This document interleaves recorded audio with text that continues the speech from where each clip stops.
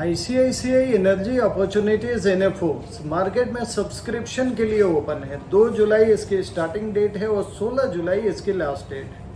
अब देखिए, जब भी कोई बड़ा फंड हाउस एक एनएफओ लॉन्च करता है तो बाजार में इसके सत्ता पक्ष और विपक्ष दोनों मजबूत हो जाते हैं। आपको यूट्यूब पे, सोशल मीडिया पे, आम फ्रेंड्स के बीच में 2 स्कूल ऑफ थॉट्स मिलेंगे। एक वैसा जो एनएफओ को सिरे से ही खारिज कर देता है, जो कहता है कि अरे भैया ये तो टूल होते हैं फंड हाउसेस के लिए नए पैसे बटोरने का, नए चार्जेज उठाने का, और इनमें पैसे को निवेश करना बिल्कुल मूर्खता है। और दूसरा स्कूल ऑफ थॉट है जो कहता है कि अरे ये तो नया फंड लॉन्च हो रहा है, 10 रुपये की बेसिक प्राइस के यूनिट्स मिलेंगे तो इसको तो बिल्कुल नए फंड में ही पैसे लगाने चाहिए। अब देखिए, हम तो मध्य मार्गी हैं। दोनों स्कूल ऑफ थॉट्स अपनी अपनी जगह पे सही और गलत भी हो सकते हैं। सो मैंने बचपन में पढ़ा था, before you say no you should know that what is the scenario. तो पहला वाला नो एनओ है जी, ना कहने के पहले। दूसरा वाला नो मतलब KNOW वाला नो आपको जानना ज़रूरी है कि ये जो फंड है इसकी विशेषता क्या है, क्या कुछ नई बातें हैं इसमें, और फिर आप निर्धारण कर सकते हैं कि इस फंड को आपने खरीदना है या इसको आपने सिरे से खारिज कर देना है। तो आइए अगले 10 मिनट के वीडियो में हम इसका पूर्ण विश्लेषण करेंगे कि ये एनएफओ है क्या, किस प्रकार के कंपनीज में इसका इन्वेस्टमेंट होगा, ये मार्केट की हाई वैल्यूएशन को देखते हुए क्या इस एनएफओ में निवेश करना आपके लिए सुरक्षित रहेगा। सो अगले 10 मिनट आपके पूरे अनडिवाइडेड अटेंशन, मैं आपका दोस्त डॉक्टर कुमार गौरव, इसका विश्लेषण आपके सामने।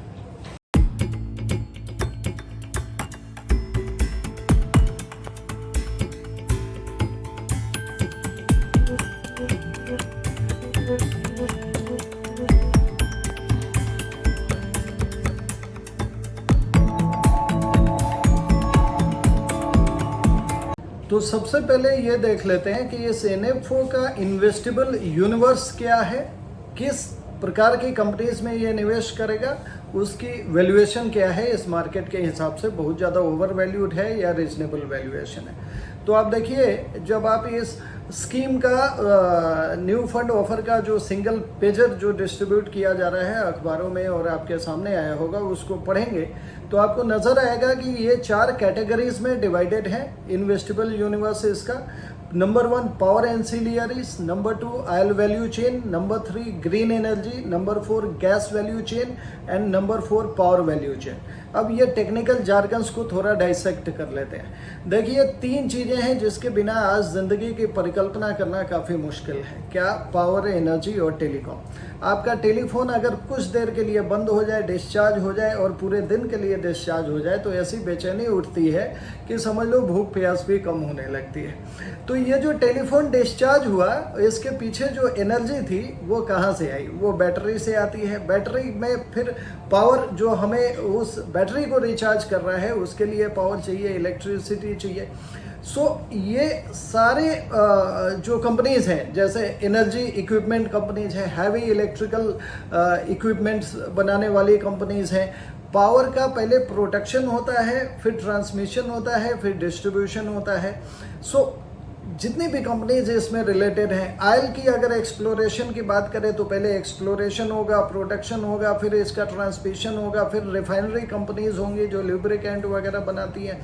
अगर आप पावर की वैल्यू चेन को देखें तो इसमें कोल प्रोड्यूस करने वाली कंपनीज होगी, फिर इसको डिस्ट्रीब्यूशन करने वाली, फिर इसको एनर्जी में कन्वर्ट करने वाली कंपनीज होगी।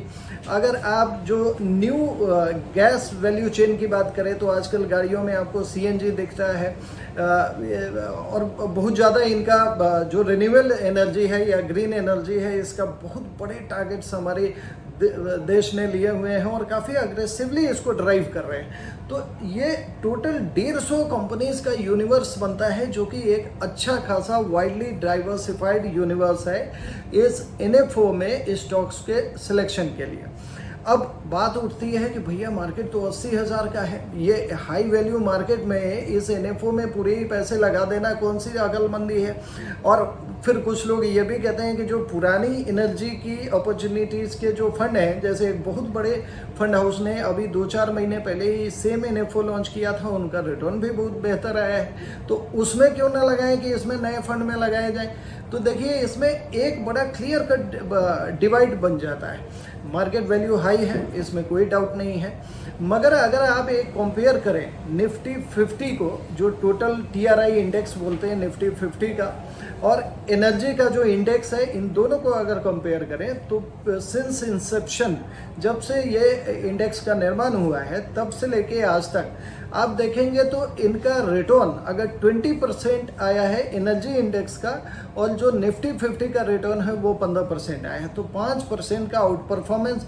अब अगर आउट परफॉर्मेंस है तो एक साधारणतया हम समझते हैं कि वैल्यूएशन बड़ा महंगा होगा, तो थोड़ा वैल्यूएशन पे अगर नज़र डाल ली जाए तो जो प्राइस टू अर्निंग मल्टीपल होता है वो टोटल टीआरआई निफ्टी 50 का अभी 22.5 के करीब है और इसका 13.5 के करीब है।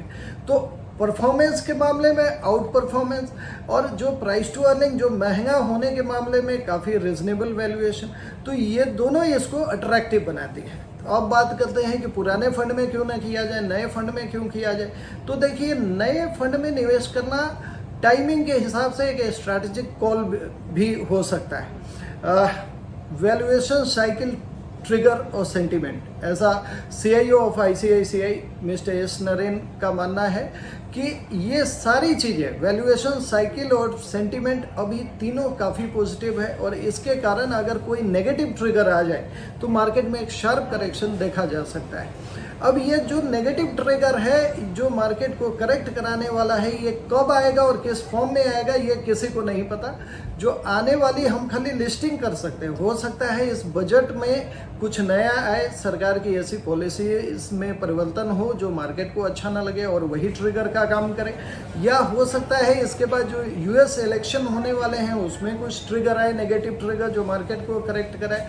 जियोपॉलिटिकल जो टेंशन्स आ रहे हैं वो एक नेगेटिव ट्रिगर का काम कर सकती है।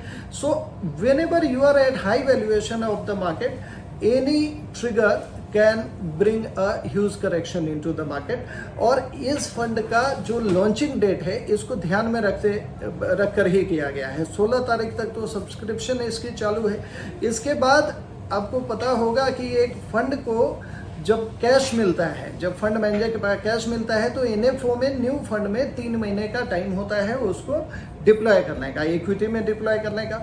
ये जो वक्त है वही हमारे बजट के लॉन्चिंग का वक्त है, जो एक बड़ा ट्रिगर की अंदेशा जताई जा रही है अभी। तो अगर कोई बड़ा ट्रिगर आया और करेक्शन आया तो फंड मैनेजर के पास काफ़ी बढ़िया लेवरेज रहता है, अपॉर्चुनिटीज रहती है कि उस करेक्शन को स्ट्रैटेजिकली कैसे प्ले आउट करें। वो सस्ते स्टॉक बाई कर सकती है। तो ये पुराने फंड जो ऑलरेडी डिप्लॉयड हैं इक्विटी में, उसमें ये अपॉर्चुनिटी नहीं हो सकती है, क्योंकि उसमें अगर पैसे लगे वो तो आपको डायरेक्ट टोटल इक्विटी डिप्लॉयमेंट उसी समय हो जाता है। सो आप कोई opportunity which is coming in the way in the form of any sudden correction due to some negative trigger into the market, इसका फायदा पुराने फंड में नहीं, इस फंड में आप ज़रूर उठा सकते हैं। अब ये सारी बातें करने के बाद फिर से आपको दोहरा दूं कि आपकी अपनी रिक्वायरमेंट और आपके जो खुद के फाइनेंशियल गोल्स हैं, जिसका निर्धारण आपने शॉर्ट टर्म, मिड टर्म और लॉन्ग टर्म इन तीनों में डिवाइड करके किया है, वो ज़्यादा महत्वपूर्ण है। ये एनर्जी एनएफओ आपके रिक्वायरमेंट में, आपके फाइनेंशियल गोल में फिट बैठती है या नहीं, इसकी परख अपने फाइनेंशियल एडवाइज़र के साथ मिलकर ज़रूर करें। आपका फाइनेंशियल एडवाइज़र आपका यार दोस्त हो सकता है, मगर इतना ज़रूर चेक कर लें कि वो एक प्रोफेशनल है या नहीं है, क्योंकि एक प्रोफेशनल है, एक नॉन प्रोफेशनल सलाहकार में सबसे बड़ा जो फ़र्क है वो अकाउंटेबिलिटी का होता है। और professional financial advisor is always accountable for whatever he says, whatever he commits, whatever strategy he adopts. But a non-professional financial advisor जो अपने आप थोड़ा सा रिसर्च करके मार्केट में ज्ञान देना शुरू कर देते हैं, उनकी अकाउंटेबिलिटी कहीं भी नहीं होती है।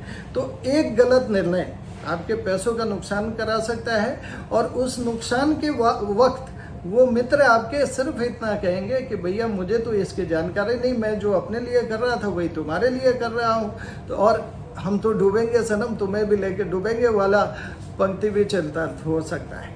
सो इस NFO को आप अपने फाइनेंशियल पोर्टफोलियो का हिस्सा मान सकते हैं। इसमें कोई क्वेरी हो, इसमें कोई सवाल हो तो आप नीचे लिखे कमेंट सेक्शन में जाकर हमसे पूछ सकते हैं। धन्यवाद। बातें करते रहेंगे ऐसी।